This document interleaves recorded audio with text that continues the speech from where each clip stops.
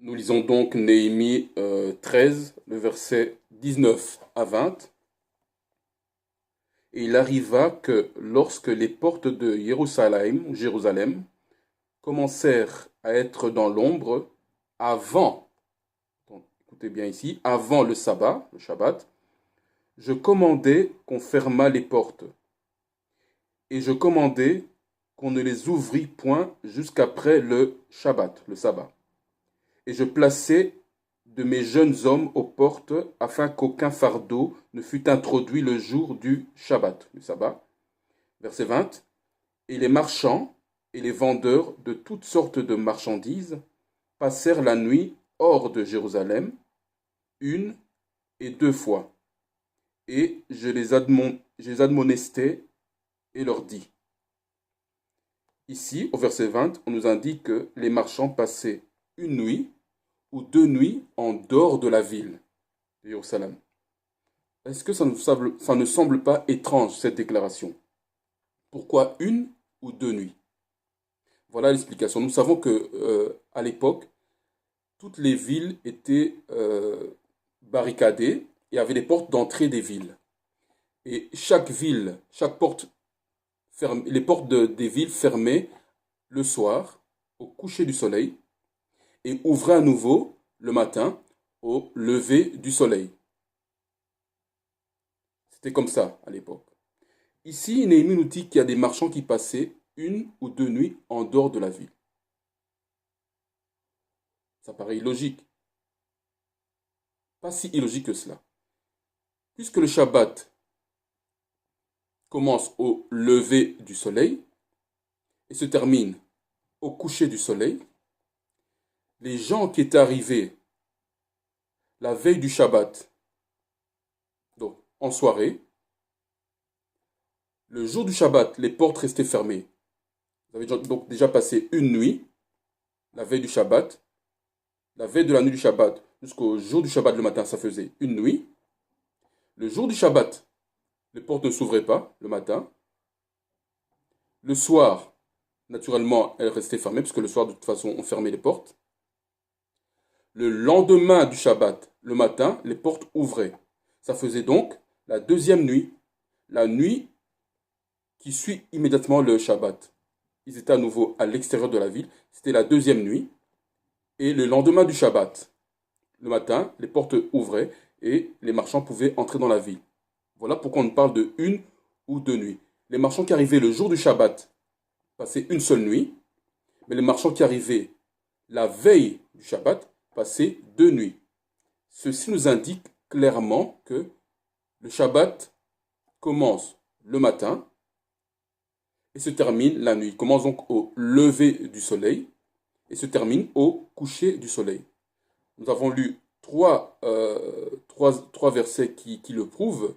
Jean 9, 4, où Yahawashi dit lui-même que la nuit, personne ne travaille, il doit faire ses œuvres pendant le jour. Le jour, c'est le moment où il y a la luminosité, où il fait clair à l'extérieur.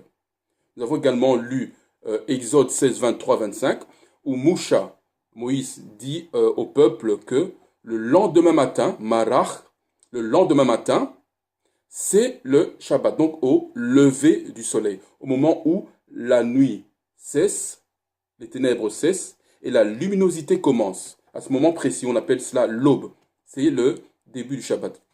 Et finalement, nous avons lu Néhémie 13, 19 à 20, où certaines personnes, des marchands qui passaient une ou deux nuits à l'extérieur de la ville. Tout ça prouvant que le Shabbat, effectivement, commence au lever du soleil et se termine au coucher du soleil. Voilà. Nous savons que le septième jour, c'est le Shabbat. Nous savons à présent qu'il commence au lever du soleil et qu'il se termine au coucher du soleil. Maintenant, reste à savoir qu'est-ce qu'on est supposé faire pendant ce jour particulier. Qu'est-ce qu'on peut faire, d'une part, et qu'est-ce qu'on ne peut pas faire ou ne doit pas faire, d'autre part. Nous allons lire quelques versets qui vont nous donner plus de précision. Alors, d'abord, qu'est-ce que le Shabbat? Nous avons vu que le Shabbat, c'était un signe entre Yahweh et son peuple, d'une part, et c'est un signe éternel, à perpétuité, de génération en génération. Certaines personnes se disent, nous ne sommes plus sous la loi, nous avons la faveur de Yahweh, nous ne sommes plus tenus d'observer le Shabbat. Ce n'est pas correct. Et nous pouvons lire à ce sujet Matthieu 24. Matthieu 24, nous allons lire Matthieu 24, le verset 20. Yahawashi nous parle nous connaissons très bien ce chapitre de Matthieu 24, où Yahawashi nous parle de la fin des temps, ce qui devrait arriver à la fin des temps. Matthieu 24, le verset 20. Alors, parlant de la fin des temps, Yahawashi dit, au verset 20, priez pour que votre fuite n'ait pas lieu en hiver, ni un jour de Shabbat, de sabbat. Pourquoi Yahawashi nous demande de prier Yahweh pour que la fin des temps n'arrive pas un jour de Shabbat? Pour ceux qui disent que nous ne sommes plus tenus d'observer le Shabbat, parce que nous sommes sous la faveur de Yahweh. Il ne dirait pas cela. Ici, il parle clairement de la fin des temps. Et donc, à notre époque, nous sommes encore tenus d'observer le Shabbat. C'est clairement spécifié de génération en génération, pour toujours, à perpétuité. C'est une alliance éternelle entre Yahweh et son peuple. Alors, que sommes-nous supposés faire ou ne pas faire le jour du Shabbat? Nous allons d'abord voir la non-observance du Shabbat, qu'est-ce que ça entraîne. Néhémie 13, 16 à 18. Prenons Néhémie 13, 16 à 18. Néhémie 13, 16 à 18. Je lis. Et les Tyriens y demeuraient, et ils apportaient du poisson et toutes sortes de marchandises, et les vendaient le jour du sabbat, du Shabbat, aux fils de Juda, Yahuda, et dans Jérusalem, Yasharala. Et je querellais les nobles de Juda, Yahuda, et je leur dis, qu'est-ce que cette chose mauvaise que vous faites, profanant le jour du Shabbat? N'est-ce pas ainsi qu'ont fait vos pères, de sorte que notre puissance, Yahweh, a fait venir tout ce malheur sur nous et sur cette ville, et vous voulez ajouter à la colère contre Yashara, là où Israël, en profanant le Shabbat? Voyons donc ici, c'est clair, que la non-observance du Shabbat est un sujet de malédiction, est un sujet de malheur. Ça, c'est la première chose à savoir.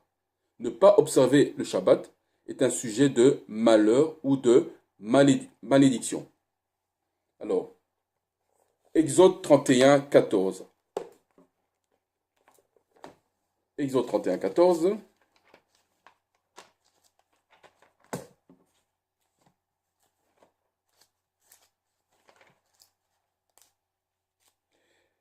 Exode 31, 14 nous dit, et vous garderez le Shabbat, car il vous sera saint ou mis à part.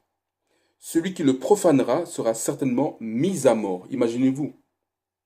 Car quiconque fera une œuvre en ce jour-là, cette âme sera retranchée du milieu de ses peuples.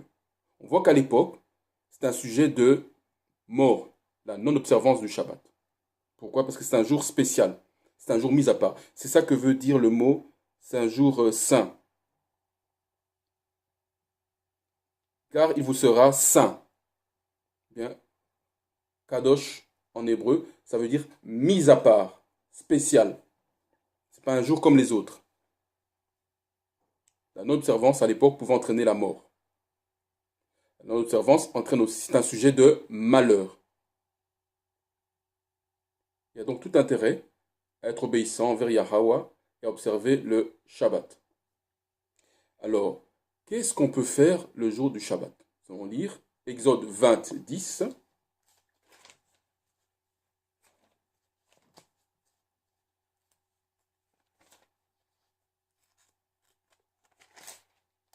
Exode 20, 10. Mais le septième jour est le Shabbat, consacré à Yahweh, ta puissance. Tu ne feras aucune œuvre, ni toi, ton fils, ni ta fille, ni ton serviteur, ni ta servante, ni ta bête, ni ton étranger qui est dans tes portes. Voilà la première indication. On cesse toute activité le jour du Shabbat. On ne travaille pas. C'est clair. Alors, une deuxième chose à ne pas faire, Exode 35, 3. Exode 35, 3. Vous n'allumerez point de feu dans toutes vos habitations le jour du sabbat. C'est clair. Ça veut dire que on ne prépare pas le jour du Shabbat, puisqu'à l'époque, le feu était utilisé pour préparer. Ce qui veut clairement être dit ici, c'est que le jour du Shabbat, on ne prépare pas. On ne cuisine pas, actuellement. Une autre chose à ne pas faire le jour du Shabbat, Ésaïe 56, 2.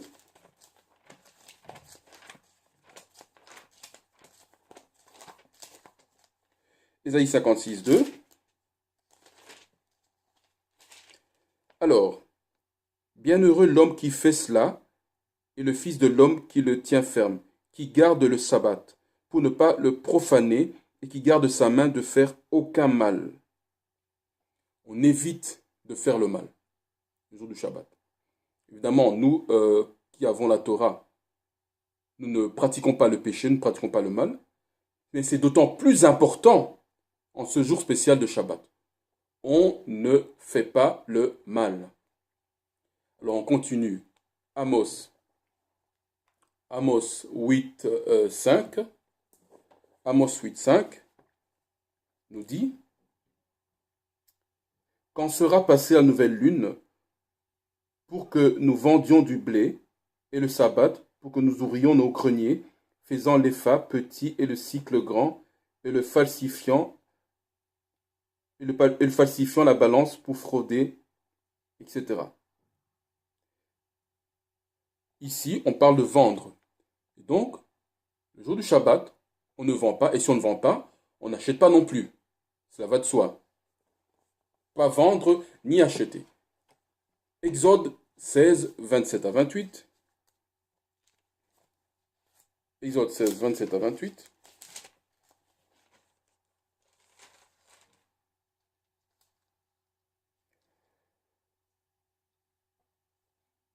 Et il arriva le septième jour que quelques-uns du peuple sortirent pour en recueillir, et n'en trouvèrent point. Et Yahweh dit à Moshe: jusqu'à quand refuserez-vous de garder mes commandements et mes lois?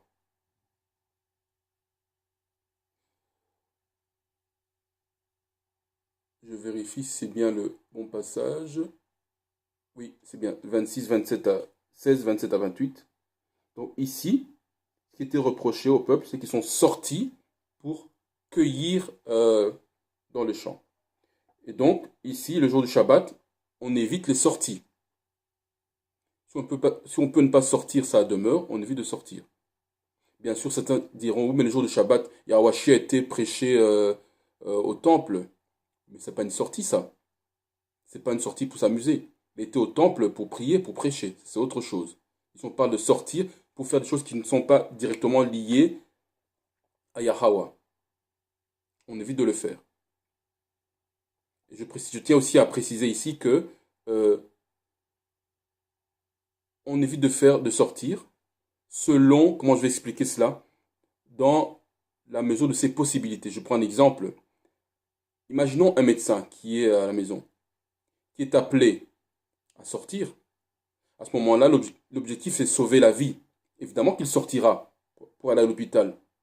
Il ne s'agit pas de cela qu'on dit éviter de sortir. Ici, c'est sortir pour le plaisir, tout simplement. Ça doit être bien précisé cela.